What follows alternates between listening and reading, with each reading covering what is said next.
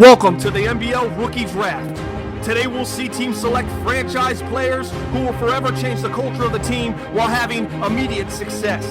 While some teams will weigh risk versus reward, banking on a player's potential to develop. Some players will go on to be champions, Hall of Famers. Even though they were drafted in later rounds, their success won't be denied. You are witnessing the leader in full immersion gaming, the Madden Bomber League. So join our journey today. Go to 365.maddenbomberleague.com and take your chance to become a legend and forever be remembered like Lucky Jordan, Asa Sharar, because legends never die. And you're watching the MBL Network.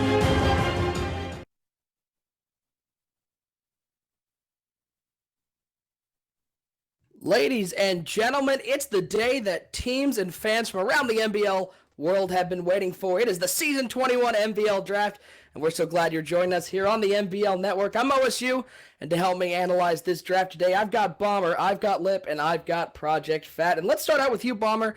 For teams that have maybe not had a season they were looking for in Season 20, how important is this draft for those teams?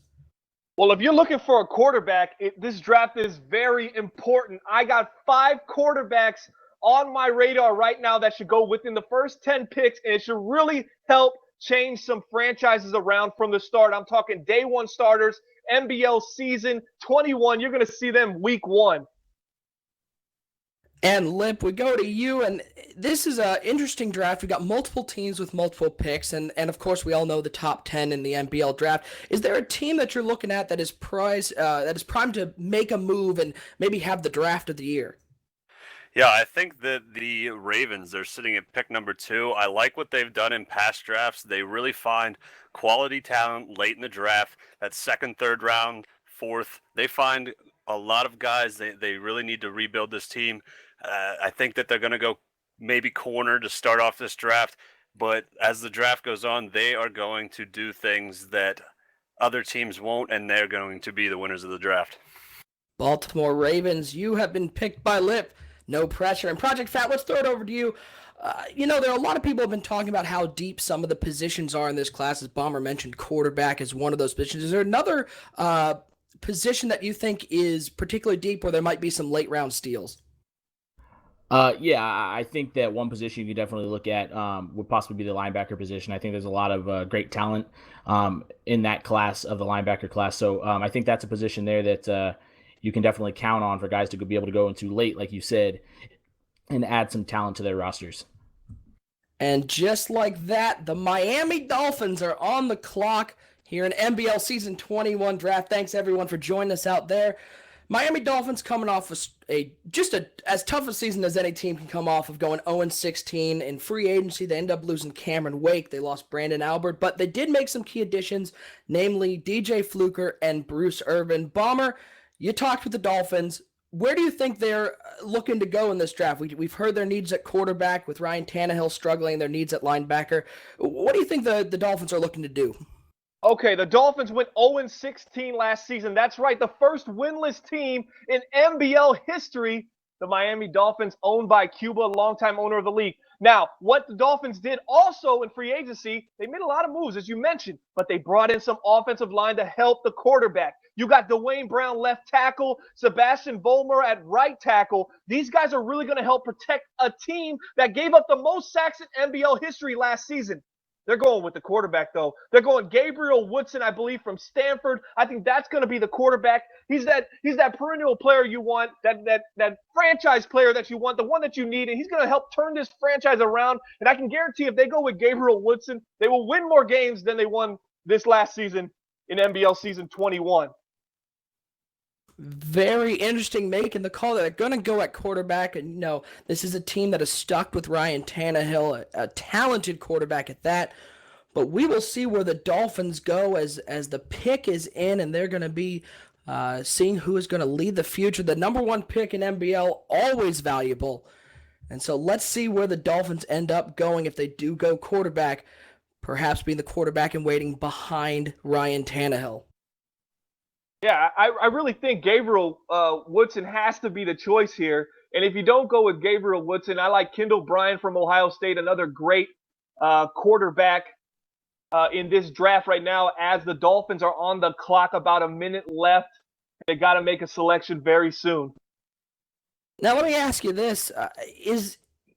There's been a lot of talk about quarterbacks going early and playing in their first year.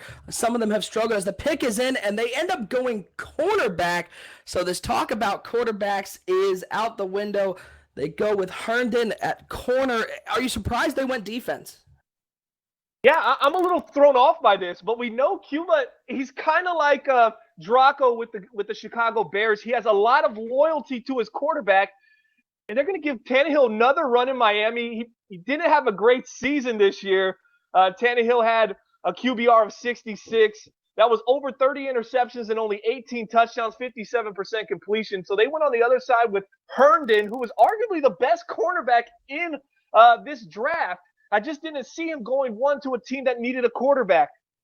Chris Herndon, the junior out of MSU coming in the draft, 6'3", 207 from Toledo, Ohio. 6'3", 207. This is going to be a guy who's going to be put into a tough situation playing in that AFC South. He's going to have to man up with some great receivers. And look who won the division last year real quick. Sammy Watkins, Buffalo Bills.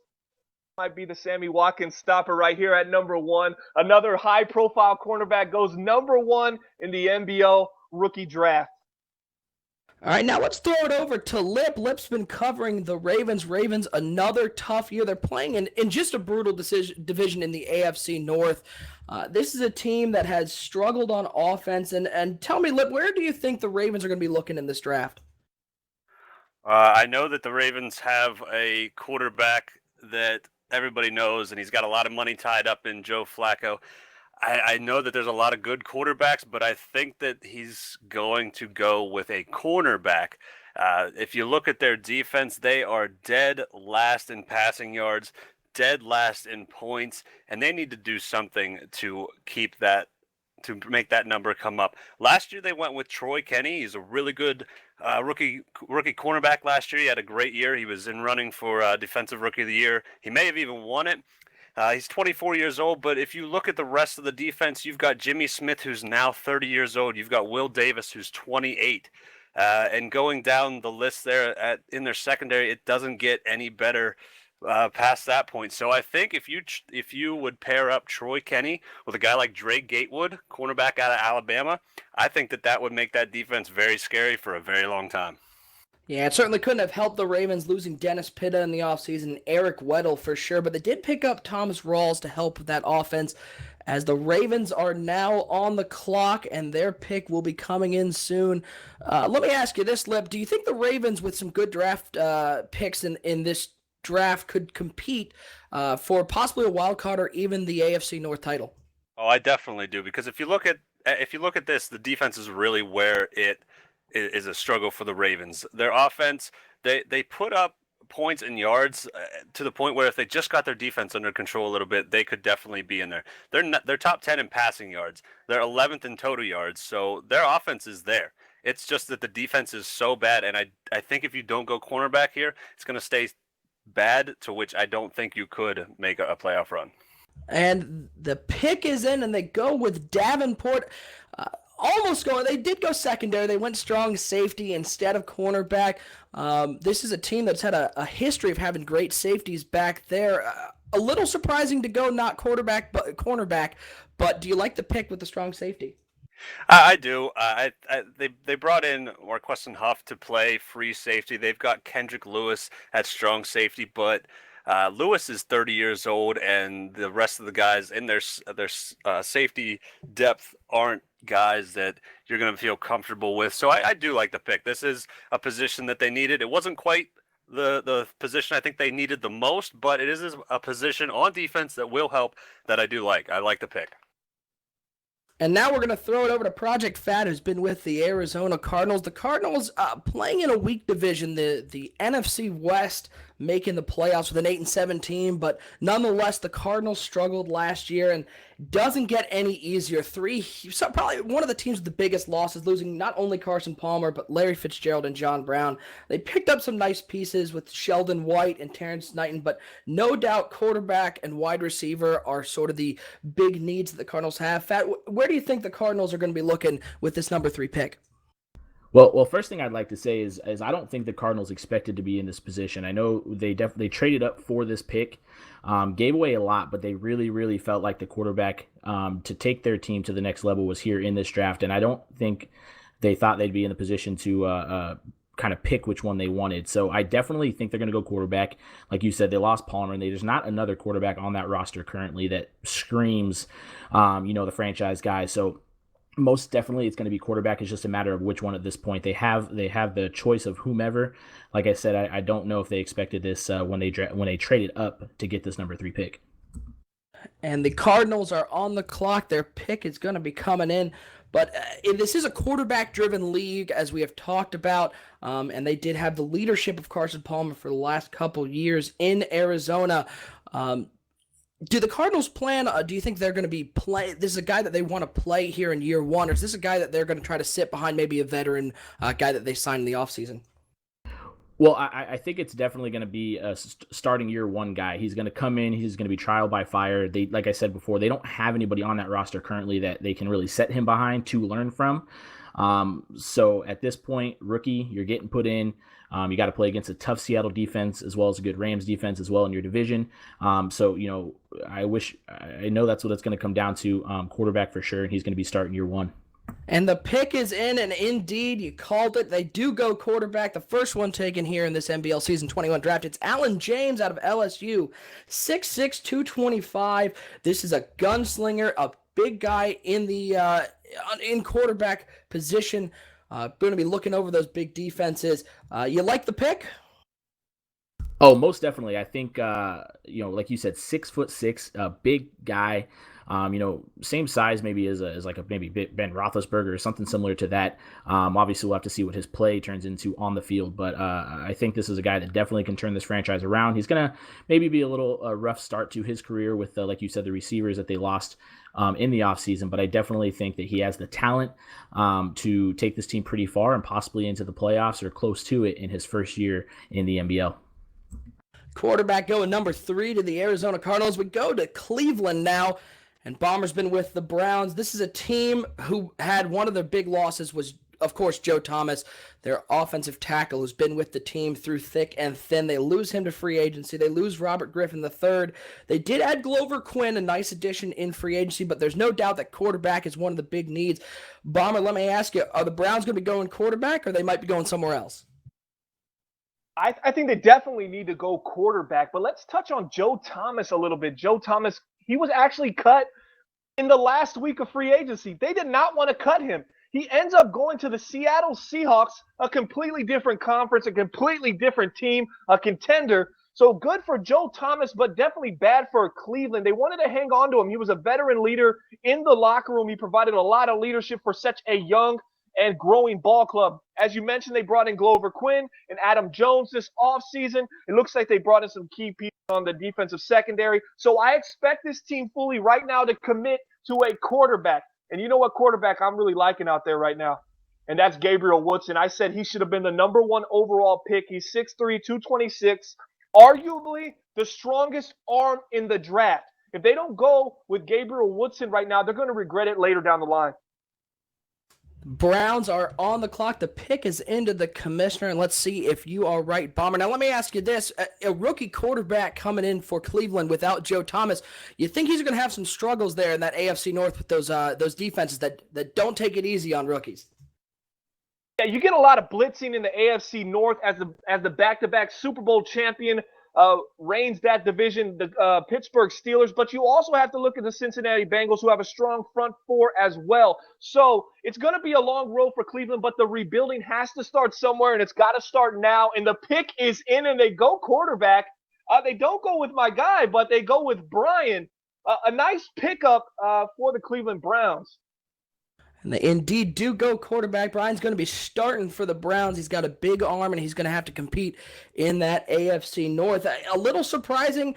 He's a little undersized compared to some of the other ones, but you think he can have success in this AFC North? I think he can, because I think that they got a lot of production out of their wide receivers last year. Let me run down a couple stats that he's going to be coming to. This is the offense he's coming to. You had Corey Coleman, 949 yards, Terrell Pryor Sr., 824 yards. And Josh Gordon was a little up and down, had a couple really big games, but just was inconsistent at 676. But they had a nice balance with those three wide receivers I just mentioned. And I think that right there is going to be enough for this rookie to overcome and show us some of the glimpses of what we could see in the future for the Cleveland franchise. So at number 4, the Browns do go quarterback. Back-to-back quarterbacks selected here in the MBL Season 21 draft. Once again, thank you everyone for joining us today. Big night here in the MBL. I'm hanging out here with Bomber, with Lip, and with Project Fat. We're going to throw it over to Lip, who's been hanging out with the New York Jets. They lost Brandon Marshall to free agency. This is a guy who has led that wide receiving core, and there's no doubt that he left a big hole on that receiving core who needs to be strong for this Jets team. Do you think the Jets go wide receiver or perhaps fill one of their other needs, maybe linebacker or defensive tackle? No, I think that with these Jets, we are going to see another quarterback here. They tried out Geno Smith for a long time. They gave Hackenberg a couple of shots. They brought in a guy that actually played fairly well, Alan Paradis, and I don't believe he's on their roster now. And I think that they moved up from, I believe, 11 up to 5 to take a quarterback. And there's many guys left out there. You got Gabriel Woodson still. You got Dwight Hutton. You've got Holmes out of Florida. There's options there, and Delvar can pick anybody he wants to fill that quarterback position. I know that losing Brandon Marshall is a hit, but he still has Eric Decker, Devin Smith, and Robbie Anderson, guys that he really likes, and a good run game with a nice offensive line. So I think that this is where Delvar will go. He's going to take one of these 3 good quarterbacks left. No doubt, as the pick is in and the Jets are sending in who they are going to take here with the number 5 pick. No doubt there was quarterback controversy in New York as Alan Paradis had 134 pass attempts. Christian Hackenberg had 120 and Geno Smith with 41. So there's no doubt there was a quarterback controversy in New York. If New York does go quarterback here, which we expect they will, let me ask you this, Lip. Do you think he can compete in the AFC East with the new quarterback, or do you think it's going to take a couple years to rebuild this team? Well, I think he could take this roster right now and win the division. The Bills just got rid of Tyrod Taylor.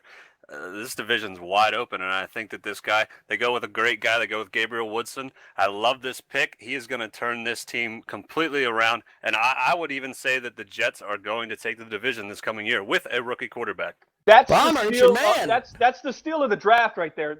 People don't understand what they just passed on. I saw James, I saw Brian on the board. The Browns and the Cardinals are going to regret what they just did by passing on Woodson, and I guarantee you saw the success Paradise had, and he doesn't have half. He doesn't even have a tenth of the talent that Woodson has. So Woodson's going to come in here. He's going to come from the gate, and I guarantee this guy's going to be Rookie of the Year in the AFC, Offensive Rookie of the Year, and he's going to compete for MVP titles in the upcoming season in the NBL. Big pick there. Bombers, man. Woodson going to the New York Jets and Delvar over in the AFC East. We move to the Tennessee Titans and Project Fat. We got the Titans in that AFC South, a division that has been up for grabs. What are you hearing out of Tennessee? Where do you think the Titans are looking in this NBL draft? Well, they made a lot of moves in the offseason. First of all, this team had a great season and made it to the playoffs, won in the wild card round. But they made a couple of cuts, got rid of some older guys, Woodyard, some guys like that. But then they went and added some depth, some veteran leadership at the wide receiver position, Brandon Marshall, and then also decided to bring in Tyrod Taylor. But the biggest signing, outside linebacker Pernell McPhee, hands down the best signing of the offseason so far. But I really think that this is going to be kind of a surprise pick in my opinion, but not surprising to Tennessee. I think this might be our first offensive lineman to come off the board. I think that's their biggest need right now is the guard position. Inside, for the running game, help the quarterback out as well. But I think a left guard, Rayshon Goings is possibly going to be a guy that we're going to look at. But I think left guard or somewhere on the offensive line is going to be the pick here. This is a team that had no trouble scoring points last year as the pick is in for the Titans. They were 7th in the MBL with 22 points a game, and they managed to run the ball effectively with Derrick Henry. An offensive lineman certainly would fit their scheme. Do you think this offensive line, this offensive lineman's got to be one of the luckiest guys in the MBL being able to block for a guy like Derrick Henry, right? Oh, hands down. I mean, he's going to make you look good as well. He's a big time running back, runs people over. So he's going to, help him out. But I think this is a good position for this young guy to come into. Like you said, a very talented team. They traded up for this pick, but they definitely want to solidify the offensive line. I think he can definitely do it for him. As the clock runs down on the Titans pick, we are waiting for the commissioner to tell us. But while we're waiting for this pick to come in, we once again like to thank everybody for joining us here on the MBL Network for the Season 21 MBL Draft. This is one of the most fun nights here in the MBL, and we are glad you are here joining us. As always, you can follow along with the MBL, all the news and stats at MaddenBomberLeague.com. As we wait for the Titans to make this pick, it seems like they're maybe between a couple players. Is that a little surprising? You think that these teams would know who they were taking, or at least had it narrowed down to a couple guys? I mean, typically, yeah, you would definitely feel that way, but I think this is extremely important to them. Like I said, they gave up a lot to get this pick, so they're maybe not as hands down sure as maybe some other teams are, but or maybe the guy that they expected to be there isn't there. I don't know, but they're definitely having an issue deciding right now. They have not, it looks like they actually have handed the card in at this point, but it's going to be interesting to see what they do. And the pick is in. They go wide receiver, a weapon there for their quarterbacks. And Gabe Williamson out of Miami, 6'1", 224. This guy is a burner. He's going to be a guy who they send down on fly routes trying to beat those corners in the AFC South. You like the pick with the wide receiver? I do, and like I said, I thought he was going offensive line, but I don't hate the pick by any means. Kind of makes sense. They brought in Brandon Marshall. Maybe he's going to be a great guy to help this guy learn not only the system, but just how to play in the NFL, play right, and just be a great leader for this team in the future. So the pick is in, and the Titans do go wide receiver at number 6, and we go to number 7, and it's the New York Giants. And the Giants are Bombers territory. This is a team that lost the salsa dancing Victor Cruz in the offseason, and they did end up trading for Keldrick Redmond, a nice addition there, but this is no doubt a team that has some holes to fill, quarterback being namely one of them. Bomber, this is a team that struggled in the NFC East, and they're going to have to pick it up. Where do you think the Giants are going in this draft? Well, it's tough with the Giants. I'm sitting there back and I'm looking and I'm thinking and I'm like, they were so active in the last free agency last season, NBL season 20. They went and brought in Jimmy Graham in the free agency. They gave him a really big deal, and it hasn't really paid off for them as he only had 46 receptions, 579 yards, and a lowly 2 touchdowns. But as you stated, I think it's time for them to go quarterback. I like Bale Holmes from Florida, the University of Florida. He's he's in the middle of the pack of these quarterbacks on some, and some he's towards the bottom. But I think at 7 right now, I think he would be a nice play for them, and I think he'd fit nice with Odell Beckham Jr. and Sterling Shepard. I think those guys would make a nice they would mix nice. They play very well together, and I think they ran a similar style offense in Florida. They're going to drive the ball down the field. And they're going to rely on the run to put them in a third and manageable situation. So I think this would be an ideal fit for him. And if he doesn't go here, I could see him dropping somewhere close to the 20th pick. So you think that the Giants will go quarterback as they are on the clock and the pick is into the commissioner. Now let me ask you this, Bomber. Put yourself in the shoes of a rookie quarterback coming into the league, all bright-eyed and bushy-tailed. Is there anybody you'd want to be throwing to than Odell Beckham Jr.? That's got to be such a great addition. Absolutely. Nobody better than that guy. I mean, he can take a slant and take it to the house. At this point of their career in the NBL, he's probably the most explosive player in the league. Maybe put him behind or comparable to Brandon Cook's athletic ability, but skill-wise with big playability, 100% Odell Beckham is like the perfect person that you would want in your wide receiver core if you were a quarterback coming in as a rookie to a big stage like New York. And the pick is in, and they do indeed go quarterback, and they go Bale Great Holmes choice. Out of Florida. 6'2", 225. This is a guy who's known as an athletic player but has a nice arm, and he should fit in well with Odell Beckham Jr. Yeah, definitely. I think this quarterback is going to just be a perfect fit, and I expect him to start day 1 on this team. They've struggled in the running game, so hopefully they can get their running average up to about 4 yards per carry from 3.6, and I think that will help his maturation and his growth as a young quarterback in the NBL starting week 1 as a rookie. We go to the number 8 pick, and that is where we find Lip. And with Minnesota, it's the guy who everybody talked about. They lose Adrian Peterson, the face of their franchise for so long. This is a league that hasn't drafted too many running backs this high. Do you think it's possible that maybe the Vikings go with a running back, or do you think they're looking somewhere else? If I was running this team, I would definitely look at their offensive line. They've got some guys, but I think right now you basically have the pick of any guy that you want in this draft at any offensive line position. So if I was them, I would go offensive line. It doesn't matter which position on the line you go. Anything can help you out at this point. But look, they've got their quarterback. They lose Adrian Peterson, but they replace him with LaShawn McCoy, Trey Mason, Lorenzo Taliaferro. And their wide receivers are set. Stephon Diggs, Laquan Treadwell, Cordell Patterson. This offense is set outside of the offensive line. And on the defensive side of the ball, they still got stars everywhere. I think that they're set on defense. They could add some depth here and there. But I'm telling you that with your pick of anybody from any offensive line position in this draft, that is where you have to go if you're the Minnesota Vikings right now. The pick is in, and we will hear from the commissioner when that is announced with the Vikings at the number 8 pick. Now, let me ask you this, Lip. You've been in MBL for a long time. Do you think it is advantageous to build from the trenches out, or do you like to fill with those skilled players first and then go into the trenches? I think that a healthy, strong offensive line can make up for a lot in this league. I think if you can have time and be patient with guys around you that aren't stars, you can do much more than you could with a star and no time in the pocket, no blocking up front. And I think that this would make this team a playoff contender, building that offensive line. And they do indeed go offensive line. They go with the big boy goings at the left guard. They're shoring up the inside of that offensive line. And as you said, Lip, this is a team that wants to make that offensive line a strength. You like the pick? Oh, yeah, I love the pick. I definitely thought that is where they needed to go. And now, look, they're setting themselves up now.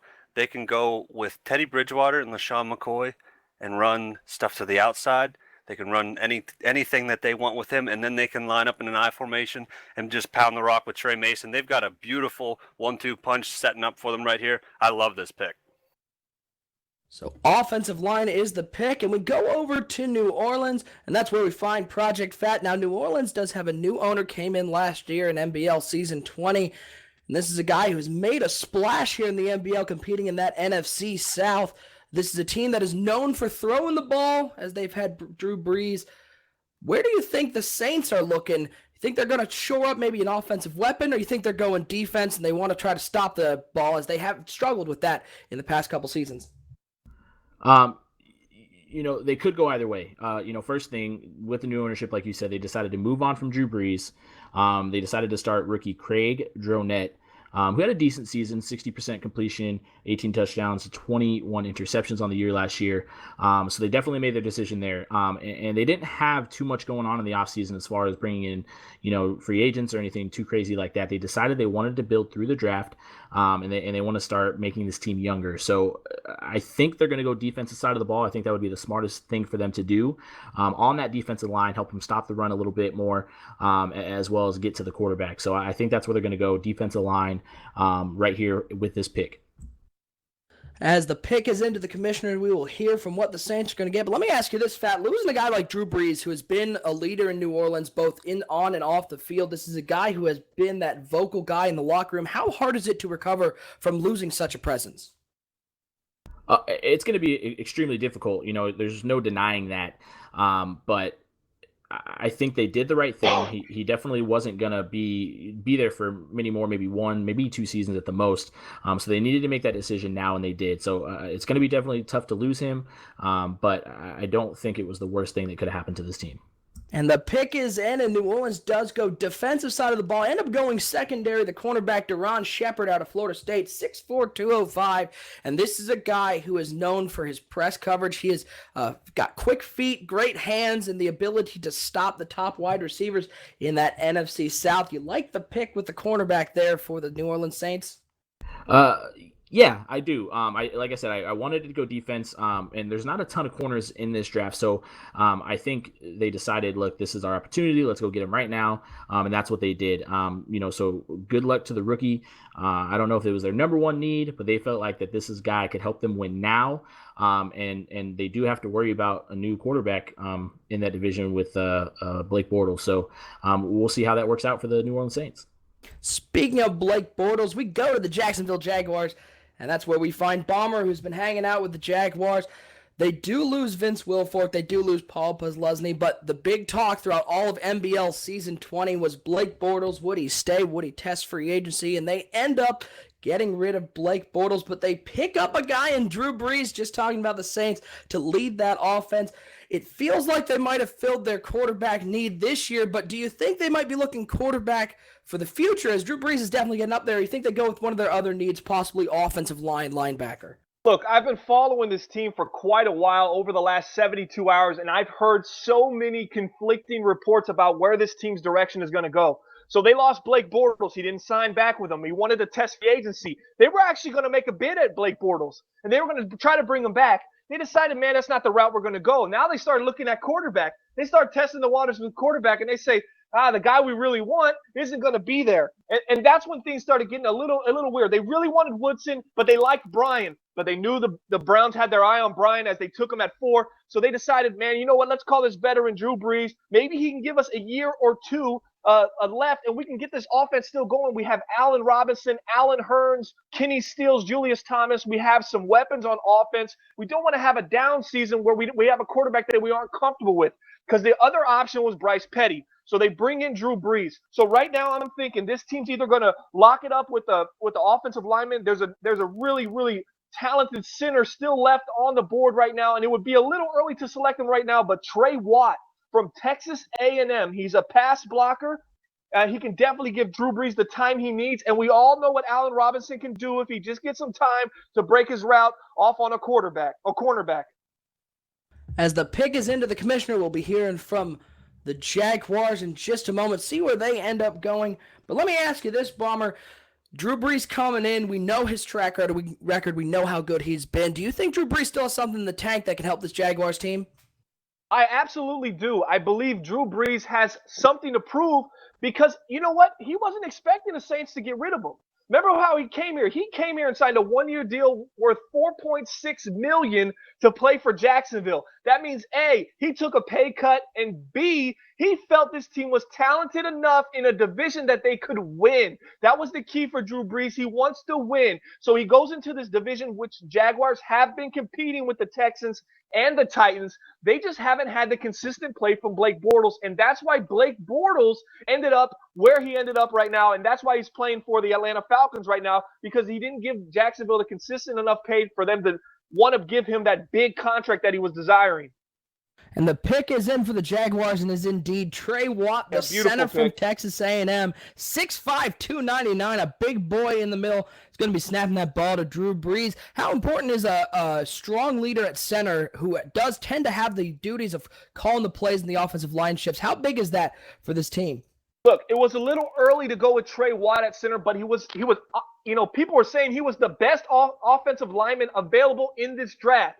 And the Jaguars needed that. They need protection. And this pick isn't just for Drew Brees. It's going to help Drew Brees, but it's really going to help that next quarterback as they use Drew Brees to transition into the next guy that they'll probably draft a year or two down the road. So the pick is in, and it is Watt for the Jaguars. And now we send it over to the NFC East and the Philadelphia Eagles with the October. And that's where we find Lip.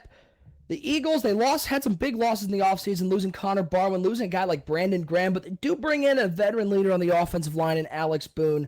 We've heard from their camp all offseason that they're going to be focused on possibly defensive and offensive line as one of their big priorities, but they might be looking corner.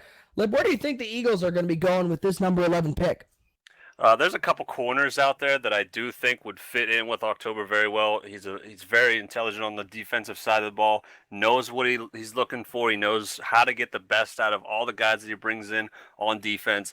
And I think that he could go corner and it would be a help. But right now, I like the corners that he has.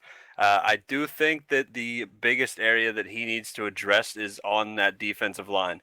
He's got Vinny Curry and he's got Fletcher Cox there, but I think that Dion Jordan is the answer at right end. I don't know if pick 11 is where you go right end.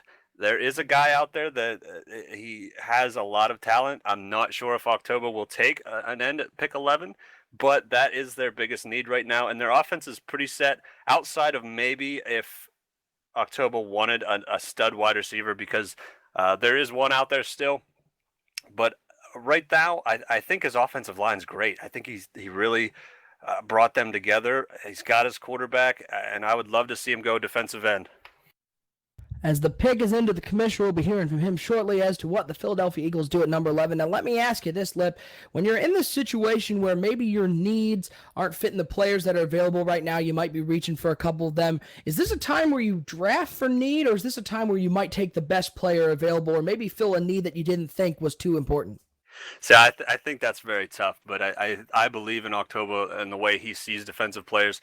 If he takes a defensive guy here, if he takes a defensive end at pick 11, I do believe that is the absolute right move. I think he knows what he's doing, especially on the defensive side of the ball. If he doesn't believe in that guy, then he absolutely will go best player available. And I do think you might see a wide receiver or something else on the defensive side of the ball. But yeah, I think that it's tough whenever you're in the position that you might be reaching, but it's something you need. As the clock winds down on the pick for the Philadelphia Eagles, we are waiting to hear where they go here in the MBL Season 21 draft. For the Eagles, they do end up going cornerback. They end up going with Kyrie Hutchinson out of Alabama, 5'10", 209. He's a little undersized for the position, but in college he's always talked about his speed and his athleticism. You think a short corner like that, only at 5'10", can succeed in the rough and tough NFC East? Oh yeah, I definitely think so. And now you're putting Hutchinson up with guys. He'll be in there with Phillip Gaines, Brandon Williams, Quentin Dunbar. This is now you've got four very strong corners, very young corners, and very fast corners. This is a lightning fast secondary. I do love the pick for the Philadelphia Eagles. So the Eagles go corner on the defensive side of the ball, and we go to the Minnesota Vikings, their second pick. First team to pick twice here in the MBL draft. We do have a couple of those this year. We go over to Project Fat. The Vikings already took an offensive lineman, number 8. That was one of their big needs in this draft. Where do you think they're going here with their second pick, an ability to sort of survey the board and see who's available and fill maybe another need? Yeah, and I think that need is going to be once again on the offensive line. I know they've looked at a couple different players, different positions, but in my opinion, just kind of looking at the team and what they did during the offseason, they need to get another offensive lineman. They can start building this offensive line with some young guys that have a ton of talent. And like you said, they've already addressed the position once earlier on in the draft, but I think they're going to go offensive line again, possibly to the tackle position this time. There's a guy out there by the name of Duran Collins, who I think would be a great fit for this team and can grow up with the other rookie guard that they took earlier on in the draft. As the pick is in and is on the Vikings now, Duran Collins is a great player out of Auburn. We'll see where the Vikings end up going, but let me ask you this, Fat. You lose a guy like Adrian Peterson.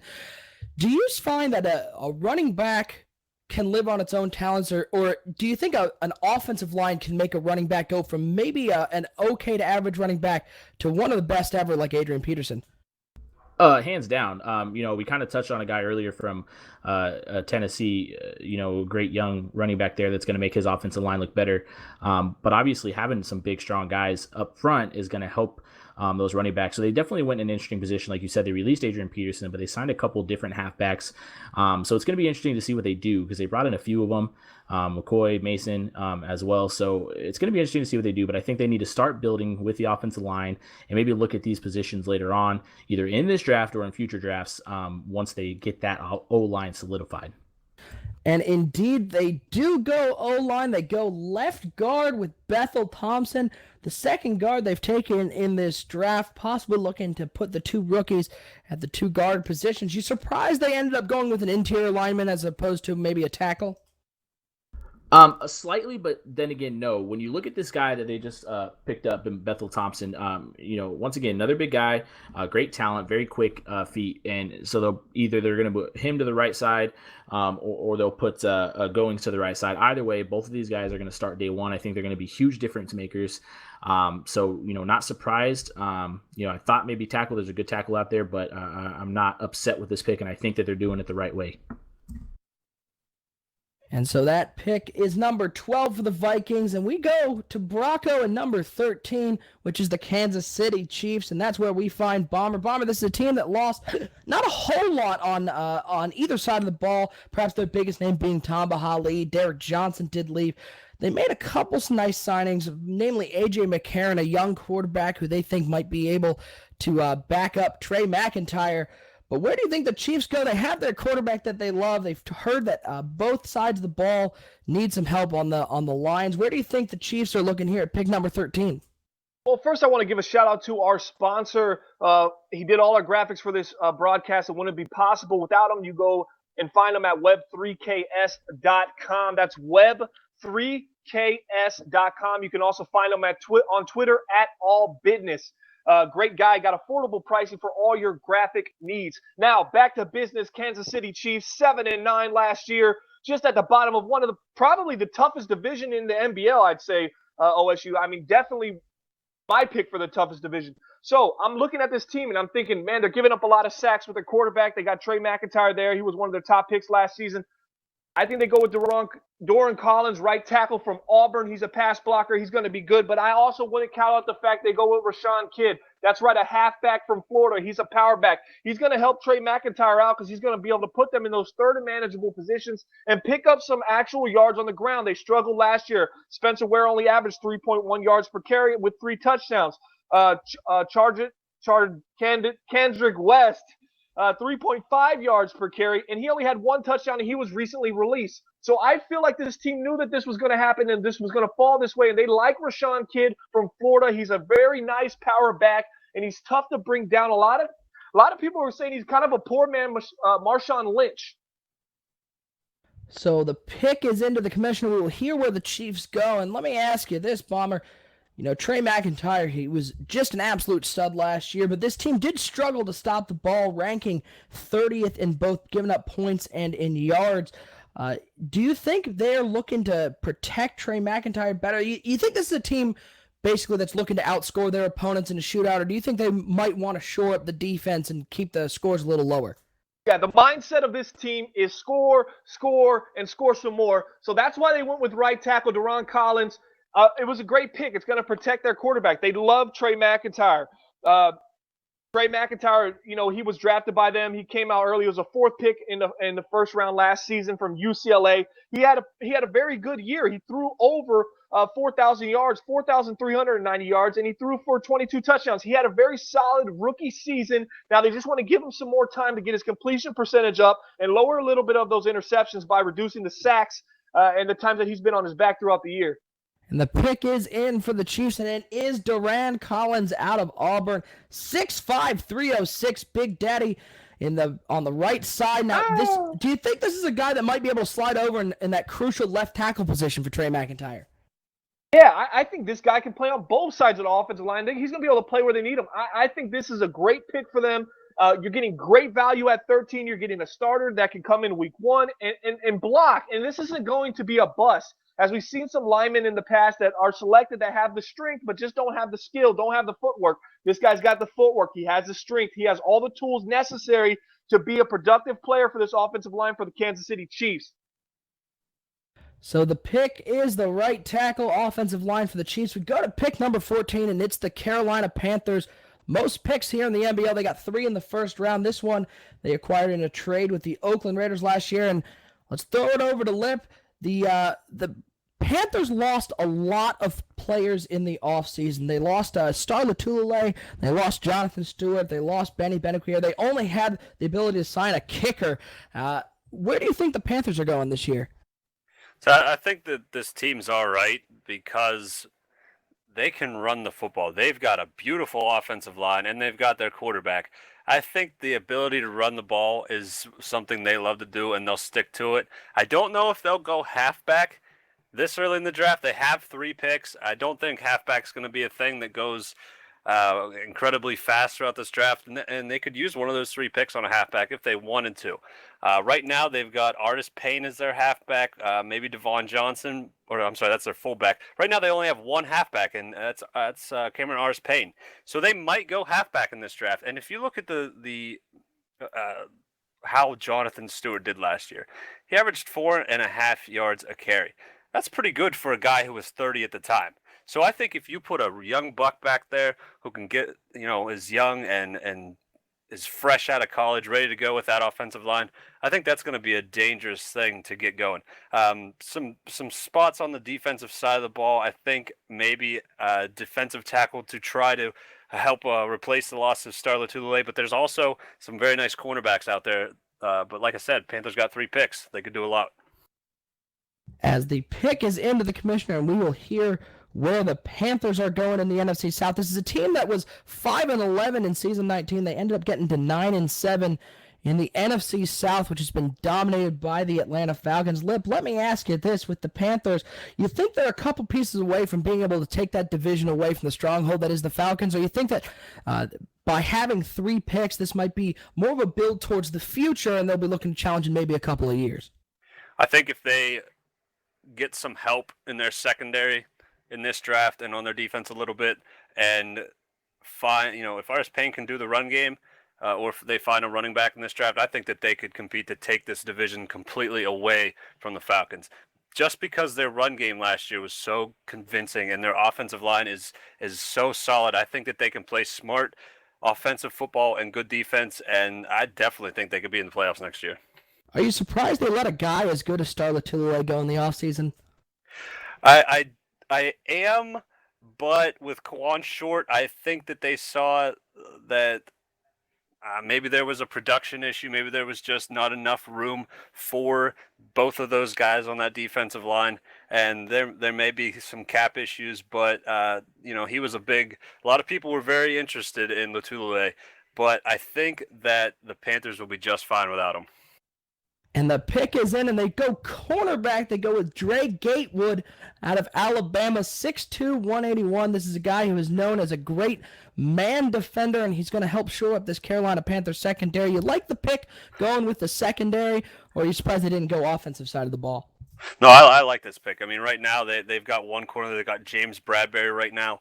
The other guys, they are in that position where you don't know if you can completely count on them. You have some hope for them, but I thought Gatewood was probably the second or third best corner, more of the second best corner. I really liked him, and I think that this is a great pick for the Panthers.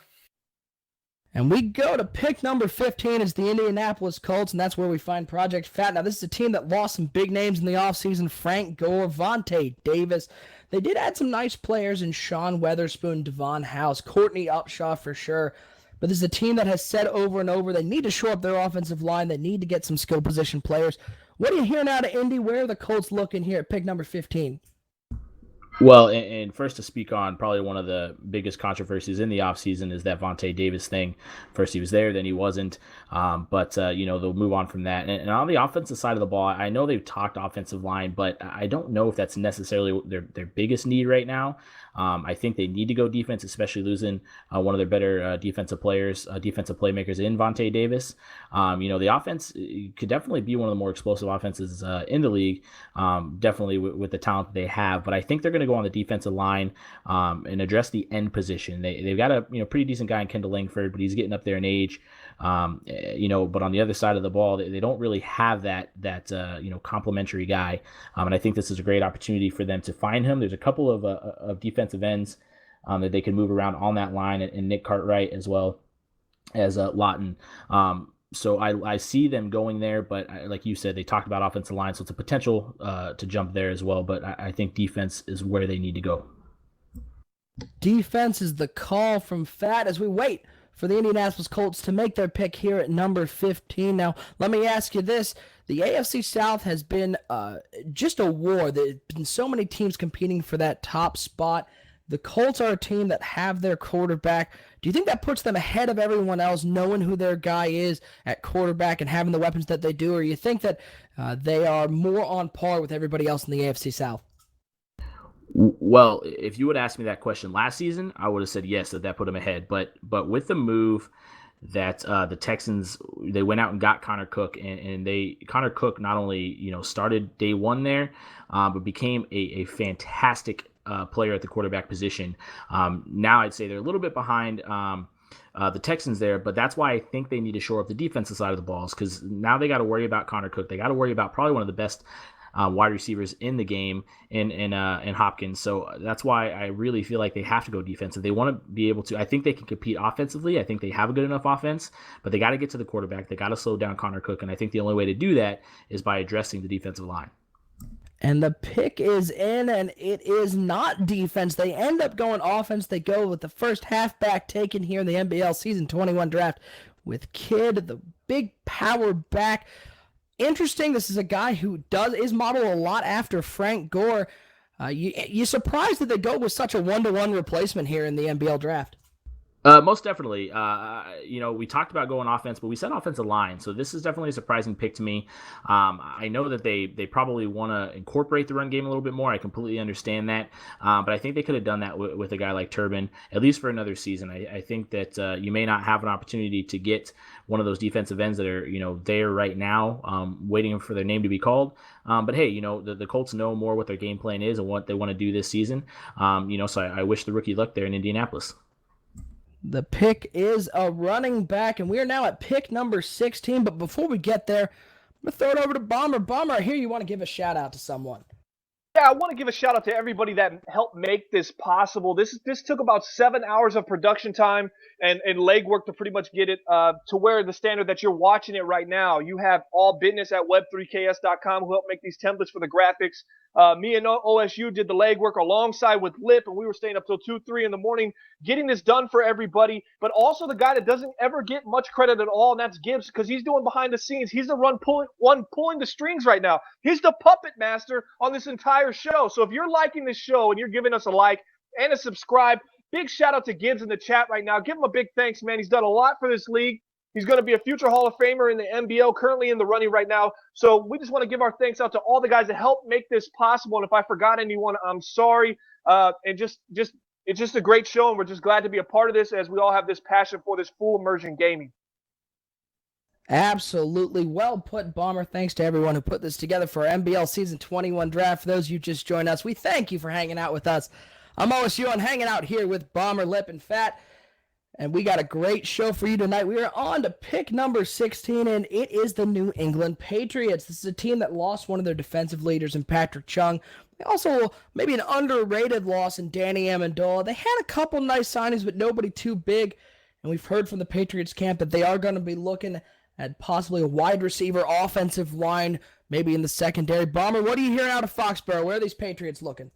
Well, first of all, I think this fan base is going to be a little upset that you said not too many big signings, because they're big on Adrian Peterson.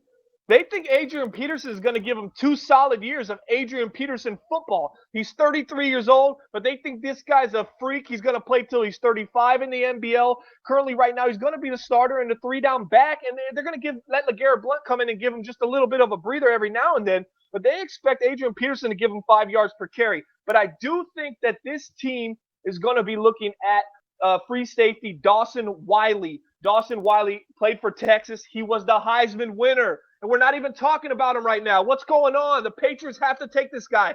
6'1", 204 pounds from the University of Texas, UT, Dawson Wiley, Heisman winner. I said it twice because it's just that nice. They need to take him to solidify that secondary. And so the pick is into the commissioner, and we will hear soon where the New England Patriots end up going at pick number 16. Now, Bomber, you know the Patriots fan base, as you said, this is a team that has been built on success over the last 15 years. You think the fan base is getting restless, or you think this is a fan base that understands that it does take a lot of hard work and they will be back soon? Well, I think this fan base obviously understands that they lost Tom Brady year 1. So NBL season 19, Brady was gone. He played that year and he was out. And it was a disappointing year for this team. But you have to understand right now, that they're still developing Nick Doring. They really like this kid. Garoppolo had a chance in season 20 when Doring went down with an injury, and he just didn't pan out. So they're battling between two quarterbacks right now. Now I hear Garoppolo had a great camp, and he might start. So the fans understand that. They've had a lot of success in the NBL in the past. Jay Moon won a championship with them in previous seasons. So they just need to be a little bit more patient, as right now they're going to draft a tight end core list to give Gronk a number 2 little Batman and Robin play going on in New England, going back to the old 2 tight end set, driving the ball that way. So the tight end is the pick. Another weapon for Nick Doring to throw to in Foxborough at number 16. And we go to number 17, and we're with the second pick for the Carolina Panthers in that NFC South. And we go back to Lip, who's been with the Panthers. Now, first they went cornerback. They shored up the defensive side of the ball. We know about their needs at halfback. We know about their needs at wide receiver for Cam Newton to throw to. This is their second pick. Where do you think the Panthers are going? I was looking at their wide receivers here, and obviously we all know Kelvin Benjamin. And I'm looking at Philly Brown, and he seems to be a lot better than you. I think he might be an underrated guy. So I thought maybe that they could go wide receiver to give Cam Newton some more options, but I'm not sure that's the fit now. What I think they need to do is they already went with a corner to help out on the defensive side of the ball. If you look further into the secondary, now they've got 2-3 good corners, and they've got Trey Boston back at free safety. Kurt Coleman's getting kind of older, and there's a lot of good strong safeties in this draft. I think strong safety is a place that they could go if they think it's too early for a halfback. And we'll send it over to the commissioner for the pick. Jonathan Stewart was leading this backfield for so long, and they're going to have somebody new at halfback. How important is it for this Panthers offense to have a strong running game? We all know how good Cam Newton can be. He has struggled in the last couple of years with his interceptions, but how important is it for him to have a run game he can rely on and that they can use for a little deception to give Cam some more open lanes to throw to? I think it's everything to this team. They were 11th in rushing last year. They've got a beautiful offensive line here. And like I said earlier, if they just get a young guy coming out of college, I think that he could run all over this league and run them to a division title. So I think a halfback would be huge for them. I just can't tell at this point where they're going to pick him up at. And the pick is in, and it is indeed a running back. It is Stephen Heath out of UCLA, 5'10", 218. This is a fast guy, a little bit of change of pace. Jonathan Stewart known as more of a power back, whereas this guy looking more like a Darren Sproles. You're surprised they took him. It's a little bit of reach. You're surprised you took him this high. Halfbacks have had their ups and downs in the MBL. We all know a couple years ago, strong halfbacks were a huge thing to have. Now it seems like guys can use some recycled backs, but I think that there's a lot of cheering going on from the Panthers, and it's from that offensive line and Cam Newton because they're very excited to have this guy running behind them. We stay in the NFC South, and we go to the Tampa Bay Buccaneers, and we throw it over to Project Fat. This is a Buccaneers team. They have their quarterback and famous Jameis Winston. They did lose some players in the offseason, and Charles Sims III. Robert Ayers was big loss. They picked up a cornerback from inside the division in Benny Benaquier from the Carolina Panthers. This is a team that struggled to move the ball at times, struggled to protect Jameis Winston. Offensive line has got to be one of their priorities. Where do you think they're going? Well, I don't disagree with you in saying the offensive line has got to be one of their top priorities, but I think that the guy that Bomber mentioned a few picks ago is going to go here. I think they're going to go defense again. I know they've shored up the cornerback position, but they need that deep center field presence, kind of the ball hawk type guy. And I think Dawson Wiley is the guy that's going to go here. Because I think there is a ton of potential later on in the draft for them to still shore up that offensive line and get some young guys in there. But I think that's going to be the pick right here for these guys. As the pick is in and the Buccaneers are on the clock, let me ask you this. There's been some question as to whether Jameis Winston is the right guy to lead this offense, but Tampa Bay is stuck behind him. You think that's smart? Jameis Winston certainly has the skills to be a great quarterback. You think he is the guy that can lead this team for years to come? Most definitely. I don't think there's, I mean, I don't really think there's any reason to go away from him right now. He's still young. He still has an opportunity to blossom into something else, but I don't think really there's an opportunity for you to go away from him, because you do have a lot of talent around him. So give him another maybe season, maybe two at the most. And if he continues to keep producing at the level that he is, then maybe you can look at it then. But right now, I think you got to stick with him. And the pick is in, and it is a safety for the Buccaneers. They go defensive side of the ball. They go with Wiley, a guy whose name has been mentioned over and over here on this MBL Season 21 draft cast. Is it surprising that they went with maybe not a skill position? They did end up going with that free safety. Is that surprising to you, or you think that fits right in with their draft strategy? I think it fits in. I think the guy brings a ton of talent. Once again, Bomber mentioned that he's a Heisman winner. So I don't think you can really shy away from a talent like that. So I think it was a great pick. Yeah, you always want to go for the flashy positions, but I think that was a very, very smart pick, very safe pick. And he's definitely going to be a difference maker there in Tampa. So they do go safety at pick number 18. We go to pick number 19. And we go over to Bomber. It's the Detroit Lions in the NFC North. This is a team who at times looked like they were out of place, but they managed to win the division again last year and take that crown at 12-4, losing once again in the NFC Championship game. But this is a team that has perennially reloaded, especially with a guy like Ryan Fitzpatrick, who led them for so much last year. Bomber, where are the Lions looking in this draft? Well, the Lions had some, they went through a complete overhaul in the offseason. They cut Golden Tate. They cut Marvin Jones. They cut Glover Quinn. They cut DeAndre Levy. They said goodbye, Haloti Ngata. Now this team is looking, and they're going to go, we got to get younger. We've lost to the Cowboys twice in the NFC Championship. In the fourth quarter, we have completely fell apart and haven't been able to get over that hump. Losing by one score in the fourth quarter really has changed their decision-making on how they're going to treat this offseason. They brought in one veteran, but they decided to go power run. They brought in Jeremy Hill. So now they're trying to switch it up and be more of a balanced attack on offense. So I definitely would see this team going somewhere on the defensive side of the ball. I could not see them going anywhere like wide receiver right now. The team definitely has made strides to go more power run. So maybe offensive line, but they really shored up their offensive line in the offseason. So I really have no clue where they're going. I just am pretty sure that they're not going to be going wide receiver. The Lions are on the clock, and their pick is into the commissioner. We will hear shortly from Detroit as to where they end up going here in this draft. And they end up going wide receiver. Oh, wow. What a surprising pick. Wow. They go with DeGear, the wide receiver. Bomber, you said they weren't going wide receiver. What do you think about that pick? It was smoke and mirrors. DeGear is here.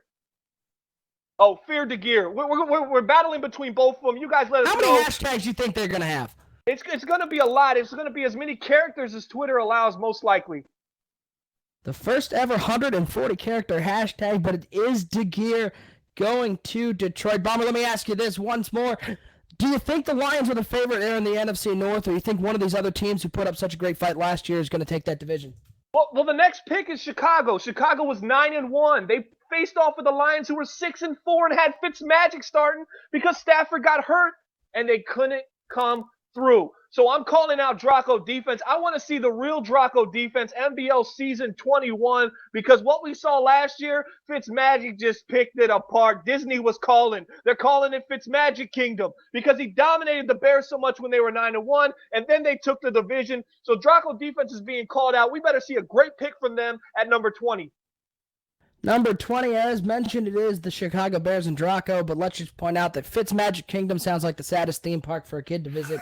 Lots of bearded people, but not a lot of fun characters. Oh, my God. We go to the lip with the Bears. This is a team that lost some defensive power with Lamar Houston, Pernell McPhee. They did pick up KJ Wright. They picked up Josh Sitton, both nice signings, but this, as mentioned, they started out 9-1. They end up losing almost all of their games. They did end up winning on MBL Live, but in week 17, but end up missing the playoffs on a tiebreaker. Such a big collapse. Where is Draco thinking of going here in this MBL draft?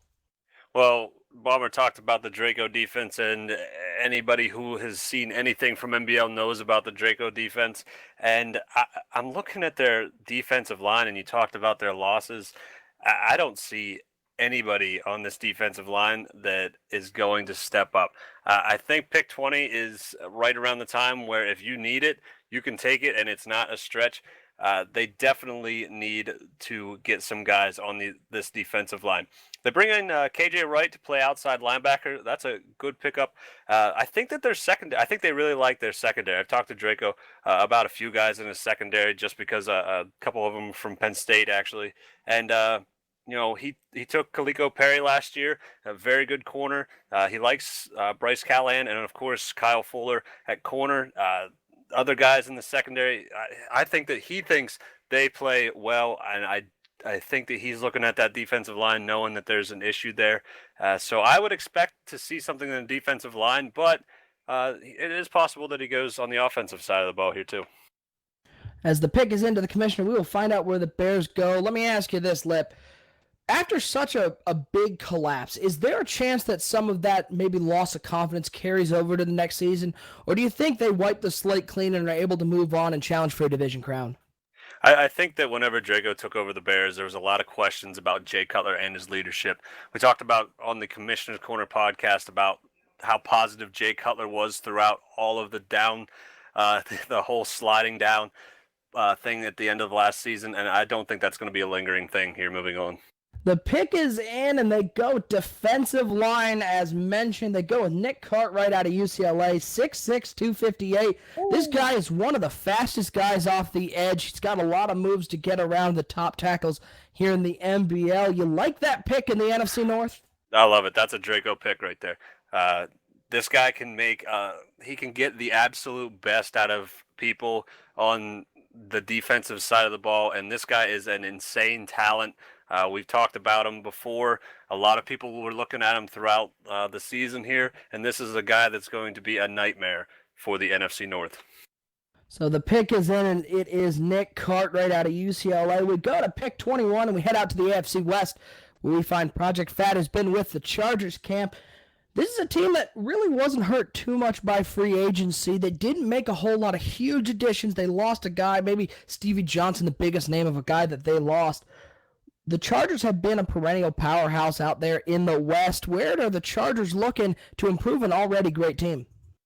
Well, that's the most difficult part for this team right now. Is they were great on offense. They weren't, they're pretty good on defense as well. But offense was definitely their strong point. So that's what's going to be tricky here. I think personally that they're going to go defensive side of the ball. But they have a lot of talent all over the field. But I think the nose tackle position is where they need to go. Currently, they only have one defensive tackle on their active roster. Obviously, there's still a ton of time before the season gets underway, so they can definitely look for some guys in free agency, look at some of these guys undrafted as well, try them out to possibly make the team. But I think right now that's where they go. DeMarcus Minifield is the guy that I'm looking for. He's big, strong, talented, and I definitely think not only is he going to be a great run stopper, but he could definitely get you a few sacks as well, and just really create there's a lot of good quarterbacks in that division as well, and that's what they need to go after. So I think that's where they're going to look right here. As the pick is into the commissioner, we'll see where the Chargers go. Fat, this is a team, as you said, that might need to shore up the defensive side of the ball, but this team has such a strong offense. A.J. Stanton threw for 3,600 yards and 21 touchdowns. They have Melvin Gordon. How much is this offense the best one in the AFC, possibly behind the Super Bowl champions? I think most definitely. I don't see why not. I mean, no one expected Stanton to come in and play the way that he did, but he was definitely one of the best, probably second, maybe third best quarterback in the AFC last year. So they have a ton of talent. Wide receivers are big. They're not very easy to cover. Run great routes as well. Obviously, the running game is there. So I think that's definitely. What they definitely have that going for them. It's clicking, and I think they're just going to keep everything that they've got and work on the other side. As we are waiting to hear from the commissioner where the Chargers are going there, over there in the AFC West.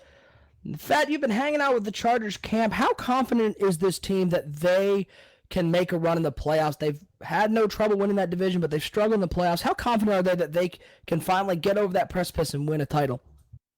I think there's an extreme confidence there. They have a great team, great ownership, and like we said, they barely missed a division title this year. Had a little bit tougher road through the playoffs, but they have a ton of talent on the team. I don't see many holes here.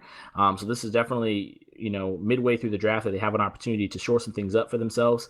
But it's going to be interesting to see what they do. They have a ton of confidence. I feel that they do, and they're going to be very, very close to winning a Super Bowl title here soon. The pick is in, and they go cornerback. They show up their secondary. Uh-oh.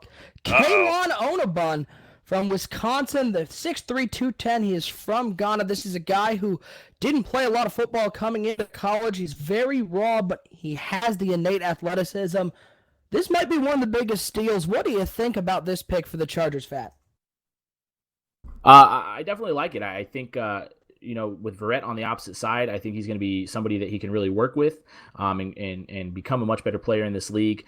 Slightly surprised that they went cornerback because I feel like they have some pretty good talent there, but maybe they feel like this was the best player available for their team, and they feel like he could be the player that puts them over the hump and helps them get to that Super Bowl. Let me give a little story about Klon. Klon went to Wisconsin. I believe he's from Ghana. Is that correct, Lip? Correct. Lip did a lot of research on this guy. So the chant from Wisconsin, they would yell out when he would get a pick, Wisconsin. Can you believe it? Wisconsin. That's what the crowd would constantly say over and over after a big pick from this cornerback. Good-sized cornerback. He's going to make a lot of waves next to Verrett, as Fat pointed out. And I think he's got a lot of potential in the MBL. I don't know if that fits as San Diego Klon. I don't know how that fits in with San Diego, but they do go with Klon Onabun. We go to Green Bay. They're in that vaunted NFC North, and we go back to Bomber. Bomber, where are the Packers looking in this draft? This is a strong team who fought through the division, was able to make the playoffs on the last day of the season. Where do the Packers go? They've got their quarterback. What's their biggest needs? Well, you look at the offseason with the Green Bay Packers. Let's look at who they signed. Denard Robinson, Paul Richardson. They're trying to get a little bit of speed on the outside, but they lost some key players.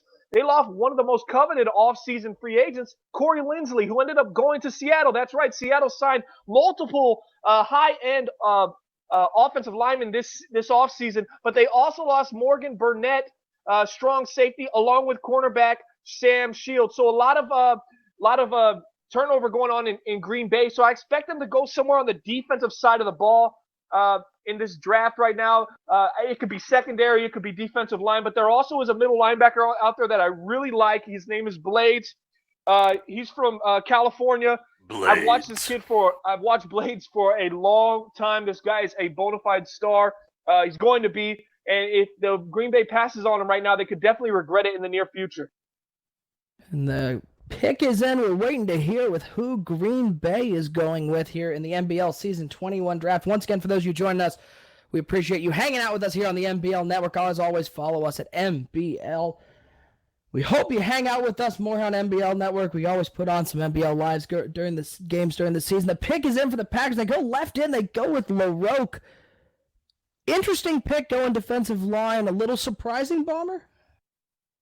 Yeah, I'm a little surprised, but I can understand where they're coming from. They need young players on their team, and they need skilled players on their team. So this guy's a skilled player, man.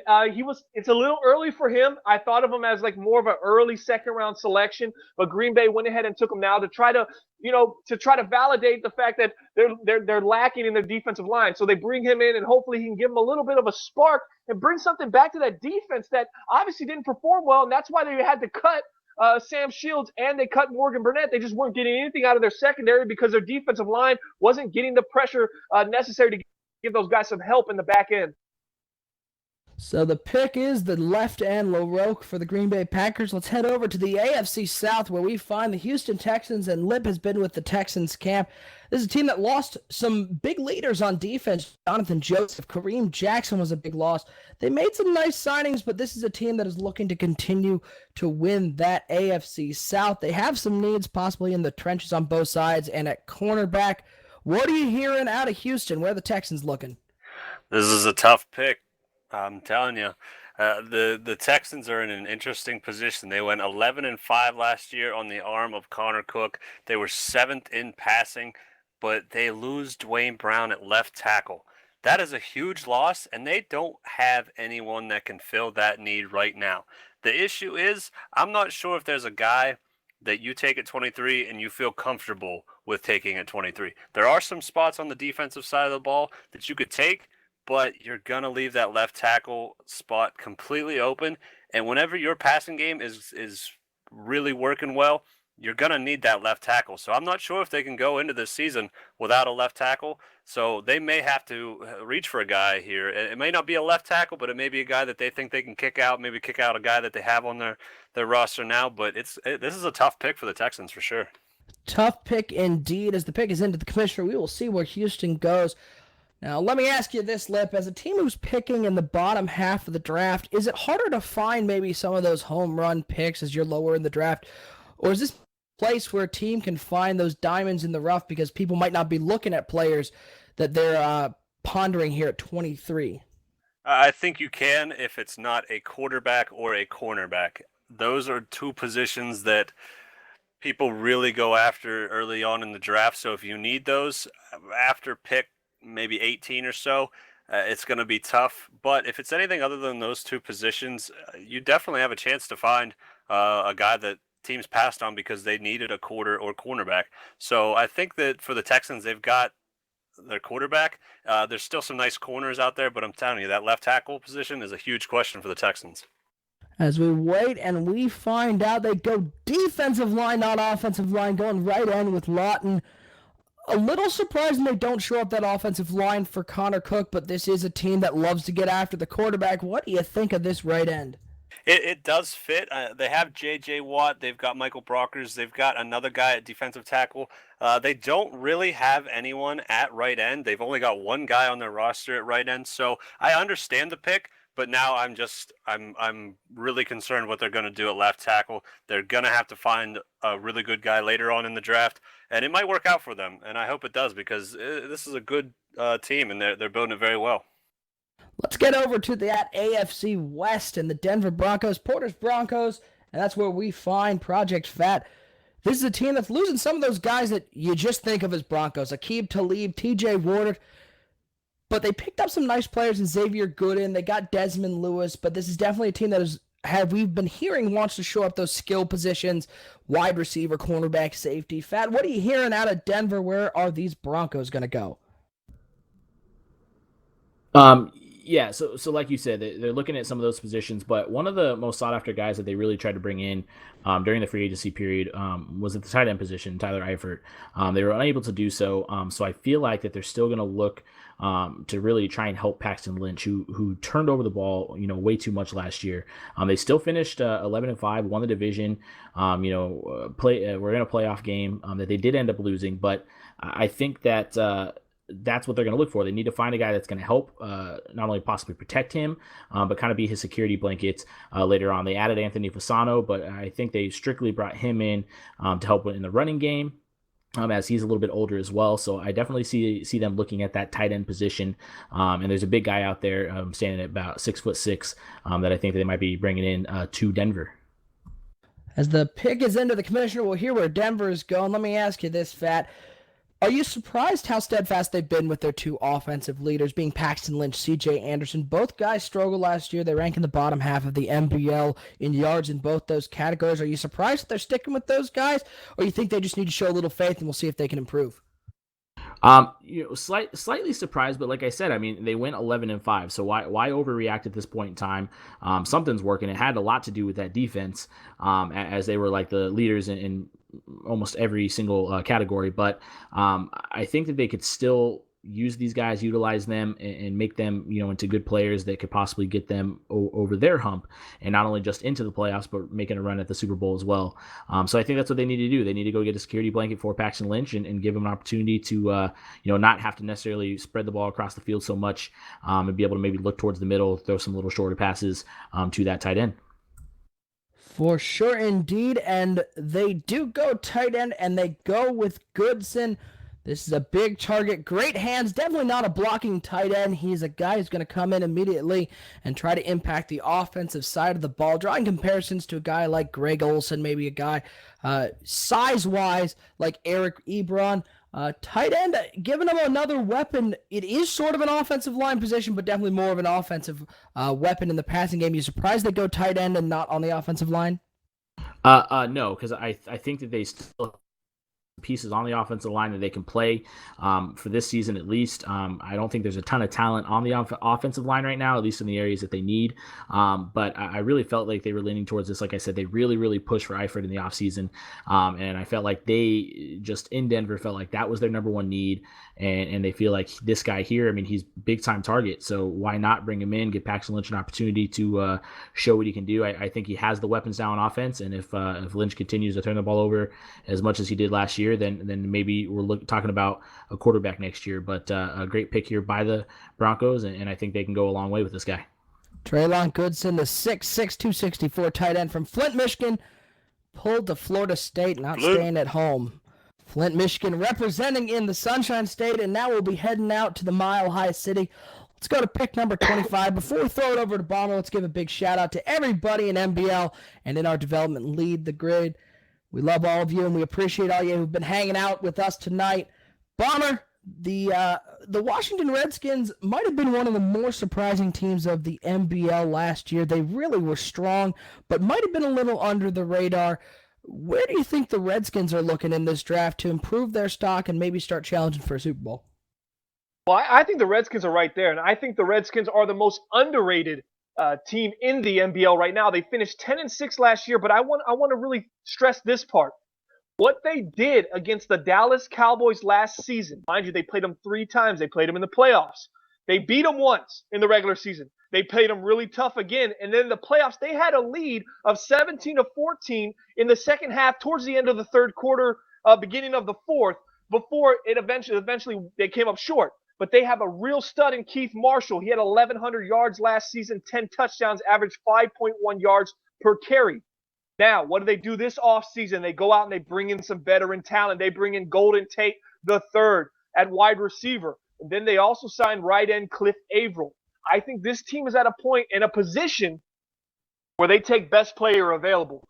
That's what they got to do right now. And I'm looking at my draft board for them and where I think they should go. And I honestly think they hinted about it earlier that, you know, they were going to go 2 tight ends, but they ended up signing Richard Rodgers at tight end. So that's going to put him being the number 2 tight end for their team. So I'm thinking maybe free safety, Antarius Cohen from Texas A&M. He's 6'2", 209 pounds, had a really great season last year for Texas A&M, and they were ranked in the top 10 in the NCAA. So their defense was actually a top 3 ranked defense at one point during the middle of the season. So I think he could actually bring some spark to this defensive side of the field, and I think he can actually stop the run and play pass coverage. So he's one of those dual threat safeties, and he's really an intelligent player back there. As the pick is into the commissioner, we will find out where the Redskins are going. But Bomb, I'm going to put you on the spot here. This is a team that has, as you said, played the Cowboys tough. Are you ready to sit here right now and say that this is the team that can take down DK's reign in that NFC? You think this is a team that can challenge for that crown? Well, I like to say this. So if the Cowboys are dominating as much as they are, which they are, and they're back-to-back NFC champions, and you can't take that away from them, you must understand that the Redskins play in that same division. They get the most looks. This rivalry is real. So these guys really play their division opponents very tough. So they're at an advantage here because they're getting to play this top talented team 2 and sometimes 3 times a season if they made them in the playoffs. And they're playing them so tough every time. They play them tougher than any team outside of Pittsburgh who's beat them twice in the Super Bowl. So I think the Redskins are right there. And if they were in any other division, I'd say they'd win the division. But being in the Cowboys division, it just seems like they're just missing a couple more pieces to really be able to compete with Dallas and take that division in the future. We shall see where the Skins pick is once again in that very tough NFC East. They did play DK's Cowboys so tough during the year. That playoff game, Bomber, might have been one of the best playoff games I've ever watched. Yeah, it really was. They took a lead going up 17-14, but the Cowboys just struck back with Dak Prescott under center, and they almost pulled Dak at the end of the game, is what was a nice little compelling story at the end when the owner said, you know, we were kind of concerned about Dak. He was having a nagging hamstring injury. that was disclosed that nobody knew about, and he just wasn't getting the drive when he was throwing the ball. He wasn't stepping into the ball. So they almost pulled him for Romo, but they didn't. He ended up pulling out that win. They went on to beat the Lions. Then they went and played Pittsburgh, and we all know how that went, the same as last year. And now DK, the owner of the Cowboys, is 0-4 in the Super Bowl, but he's been 4 times and really has dominated his way to get there. And the pick is in, and it is a linebacker, the first linebacker taken here in the season 21 MBL draft. It is Kaiser. This is a guy who is known as a leader in college, a guy who was given a captainship in his senior year.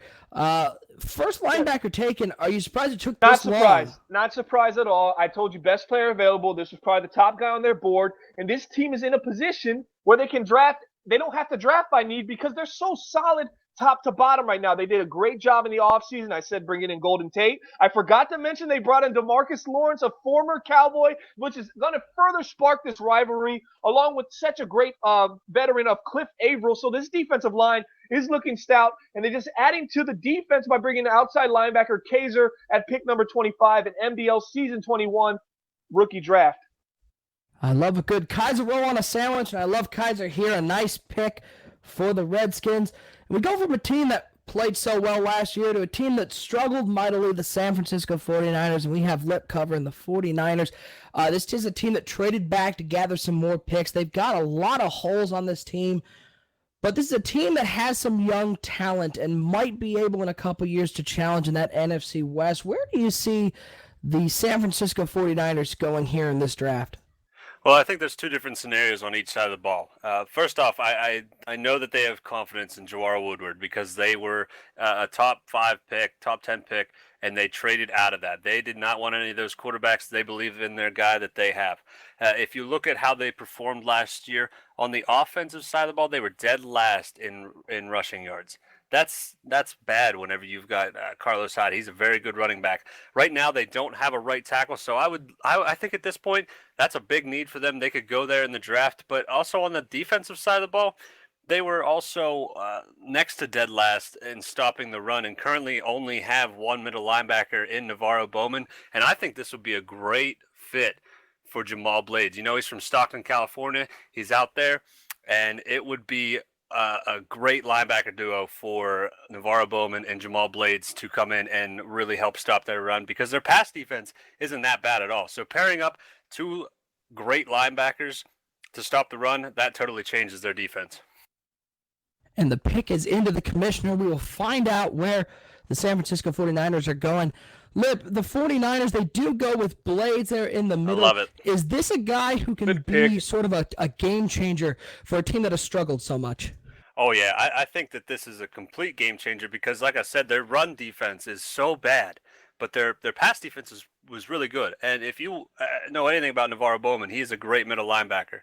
And as he's coming towards the end of his career, he's 30. He's had some injuries in the past. If you can get Bowman to train Blades, you've got a great defense for the rest of the future. So Blades is the pick in San Francisco, and a great one at that. And for the 3rd time, we're heading to the NFC South and the Carolina Panthers.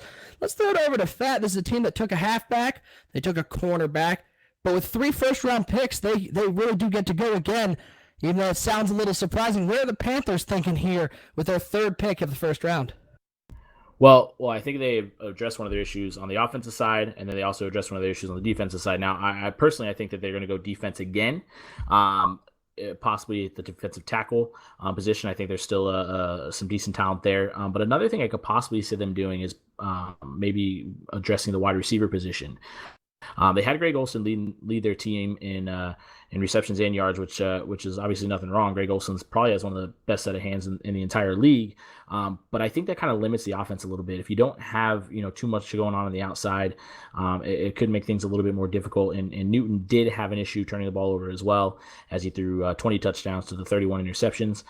So I could possibly see them going there too. So I wouldn't be too surprised if they did decide to pick up a wide receiver if the guy that they like is still sitting there for them. And the pick is into the commissioner. We'll see where the Panthers go. Fat, let me ask you this. The NFC South definitely has improved with the addition of Bananas as an owner of the New Orleans Saints and with the improvement of the Tampa Bay Buccaneers. Is this one of the most wide-open divisions in the NBL? I do, and I think right now there's absolutely no pressure on any team in that division except for the Falcons, because it's kind of been their division for as long as we can remember. But so I think everyone else can kind of just play freely, and they have no pressure going against them. Panthers had a great season, 9-7. Definitely challenged the Falcons throughout the season for that division title. But like I said, everyone else in that division can play freely, wide open, and potentially knock those Falcons off the throne there. The pick is in, and it is DeMarcus Minifield, the defensive tackle out of Louisville, 6'5", 330 to play along K1 Short. This has got to be one of the best defensive lines in the NFC with the addition of this young talent. What do you think of this pick? I definitely agree with that. He's like you said, he's huge. And I think with K1 Short right next to him, it's definitely going to make this defensive line extremely scarier than it was before. And once again, Bortles got added into this division at quarterback. And I think that's the most important thing, is getting to the quarterback, not only with those linebackers mixing in some blitzes, things like that, but if you can just let your guys come at you with a 3 or a 4-man rush, it's going to make your pass defense that much better. And I think this guy can definitely help Carolina do that. Pick number 28, we throw it over to Bomber. It's the AFC East and the Buffalo Bills.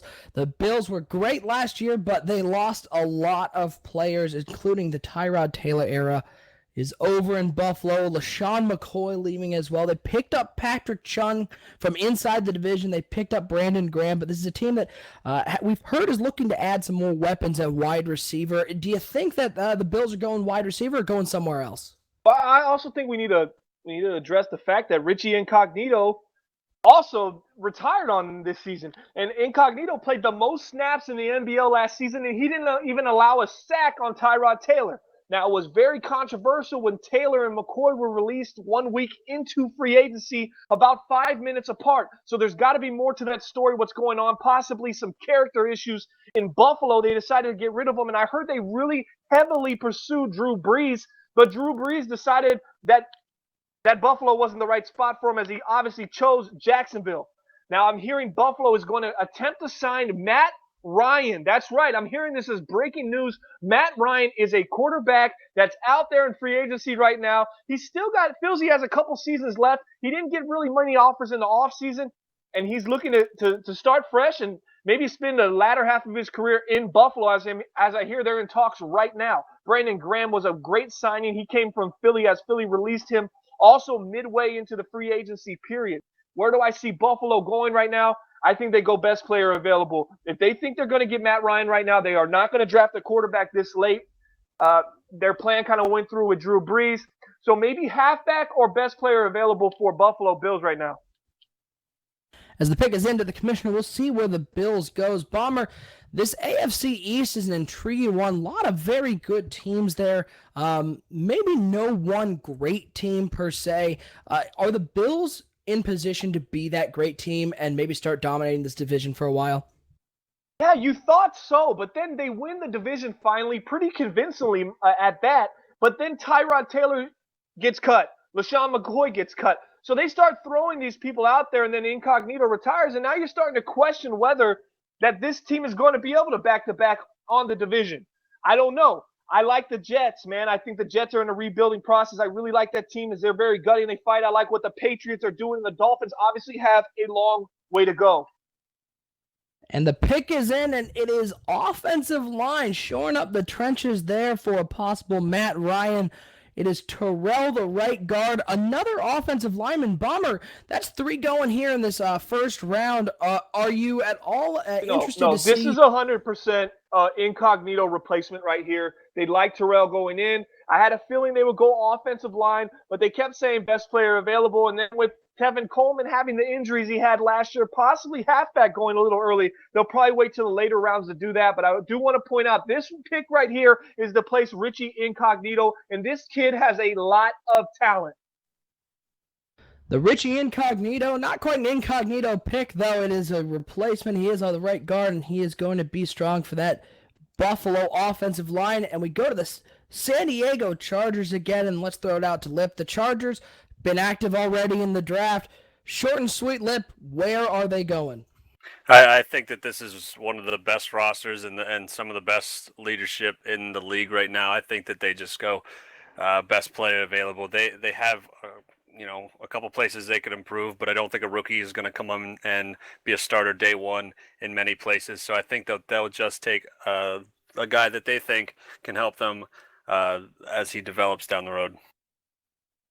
As the pick is in, we will see where the San Diego Chargers go again here at 29 as we reach the end of our coverage here on MBL Live. But once again, we'd like to thank everybody who's been hanging out with us throughout this draft. Once again, I'm OSU. I'm hanging out here with Bomber, Lip, and Fat, best coverage team in the world. And the MBL world is so lucky to have these guys analyzing this draft as we wait to see where the San Diego Chargers go. Fat, let me ask you, with the Chargers, their offense, we've talked about it, how good they are. When you're taking a player here at best player available, do you maybe steer away from the offensive side because you know how good you are, or do you even take a guy like a tight end who might be very good, even though you know you have tight ends at that position? No, I think that's a good point. You know what you have on offense. It was extremely efficient and elite last season. So I think that makes your decision a little bit easier to look at the defensive side of the ball. But we'll definitely see what they decide to do here. I don't think they'll go wrong either way because I think they're very, very close to being a Super Bowl contender. So best player available, I think, is a very good choice for them. I think that if you wanted to pick a spot on this team, it might be defensive tackle. They've got Corey Lugent and obviously Joey Bosa. I think if they wanted to help out their young corners, the guy they just drafted and Verrett, they could go defensive tackle to get some pressure to help them guys out. And the pick is in, and it is fair, the middle linebacker going into that San Diego Chargers defense. An interesting pick. They went defensive side of the ball. This is one of the best players available. Lip, how do you like this pick? I like it. You look, they've got a Denzel Perryman and Rolando McClain, but I don't think that they have much faith in McClain. So I think that Perryman's only 24, so you're going to have two very young middle linebackers. I think that's going to make this defense a lot better in pass coverage. And I think that they think that Brandon Meebane can still get it done at defensive tackle. So I do like the two middle linebackers here. All right, and we head back to Detroit. Let's check in with Project Fat and the Detroit Lions. Bomber threw at us a little curveball. He said that they weren't going to go wide receiver, and then they go wide receiver. Fat, is there some place they're not going to go where they really are going to go? You got to throw a little smoke and mirrors up, or do you think you have an idea where these Lions are going? Well, I think we always like to have an idea of where the Lions are going, but I don't always think that always comes to the forefront. But I think that they might address the defensive side of the ball here, and I think it's going to be in that secondary. There's still a great safety on the board, in my opinion, just based off of his college career and his combine results as well. So I think that hopefully I'm right and they don't go to the offense again, but I'm fairly sure that they're going to go defense, and it's going to be that safety. And the pick is into Commissioner. Let's see where the Detroit Lions go. This is a team that has been so strong for many years here in the MBL. Once again, getting to the NFC Championship game last year, losing for the second year in the row to the Cowboys. But this is a team that is no doubt short on talent. Fat, let me ask you this. Is there a chance that this Lions team might be even better than last year? I think so, and it's easy to kind of say because the fact that they did have to deal with the Stafford injury, but they're already a great team as it is. They only lost 4 games, but I definitely think they have room to improve, and I think they definitely will. And I think that once again they will win that division handily, and hopefully they can get over their hump of those Dallas Cowboys. As we wait for the pick from the Detroit Lions once again. Thank you, everyone, for joining us. If you love what we're doing, go ahead and hit that subscribe button, hit that like button, and go over to our website, MaddenBomberLeague.com. And if you want to get involved with the Madden Bomber League, as always, apply to our developmental league, The Grid. It is no slouch. We got some great players down there in The Grid, the future of the MBL. And once again, look at that. The Detroit Lions going with a wide receiver. They're going Katula. 2 wide receivers in the first round. This feels like old school Detroit Lions. Fat, what do you think of this wide receiver? I like the wide receiver, but I'm definitely dumbfounded by the pick. I did not expect it with them already picking up one here in the first round, like you had already mentioned. But I think the guy has great talent. He's big as well, so we'll see how he fares. I mean, they got a great quarterback thrown to him, so I definitely think that he can be a difference maker for that team. Pick number 31, it is your defending NFC champions, the Dallas Cowboys, and Bomber's been hanging out in Dallas with DK's Cowboys. It's a team that the Tony Romo era, it's over. He's gone. DeMarcus Lawrence gone. Great wide receiver Cole Beasley gone. They picked up some nice players in the offseason, namely Ben Brownneck, Riley Dixon. Not a lot of needs on this team. It's so strong, a team that has won the NFC in back-to-back years. Where are the Cowboys looking to go to improve an already stellar team? Yeah, I think the Cowboys have one weakness, and I think it needs to be addressed in the first round, and that's the only way they're going to continue their success, and that's offensive line. It's been so poor. Now, if I told you that, I'd be completely lying, right? So what we're going to really say is they're probably going to go on the defensive side of the ball, maybe a D tackle or a defensive end to replace DeMarcus Lawrence, who they lost. And I see a couple guys out there. I like these D tackles. I like Anthony Kitchens from Tennessee. I like Jarrett McNeil from Wyoming. Those are 2 big D tackles. But I also like Cohen from Texas A&M. He's a free safety. He can provide you a lot of big plays down the field. He's a big playmaker, and he has a nice speed and athletic ability at 6'2", 209. Big body also back there in playing safety position. As the pick is in, we'll hear from the commissioner where the Dallas Cowboys are going. Bomber, let me ask you this. The Cowboys been so strong. When you're a team that has done so well in the MBL, making the playoffs over and over, is the draft a little less important than maybe for some of those teams that struggles, or is it just as important for these guys? I feel it's just as important because you got here through the draft. So you need to continue that process. It's just a little bit harder when you're drafting towards the bottom end of the first round as opposed to the middle and the early rounds. But they have to be smart here, and that's why it's important for them to take best player available, especially for a team like the Dallas Cowboys right now. Somewhere on the defensive side, I expect them to go, but you could potentially see possibly a wide receiver or maybe even a tight end at this position as they have an aging Jared Cook currently starting for Dallas right now.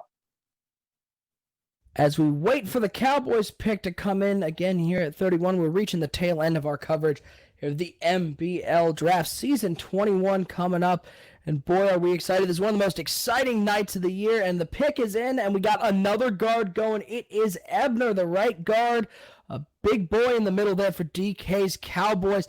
Interesting pick there. The Cowboys' offensive line was so stellar last year.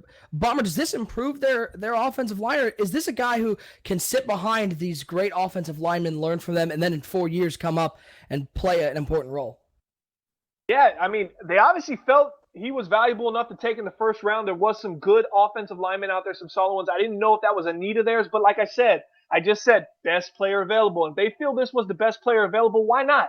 Why not take the chance with him right now, develop him, and you never know what happens in the future as far as injuries and stuff. Having depth on the offensive line is definitely essential to maintaining your spot as being one of the top teams in the NBL and atop the NFC. So the pick is an offensive lineman. DK's Cowboys getting even better.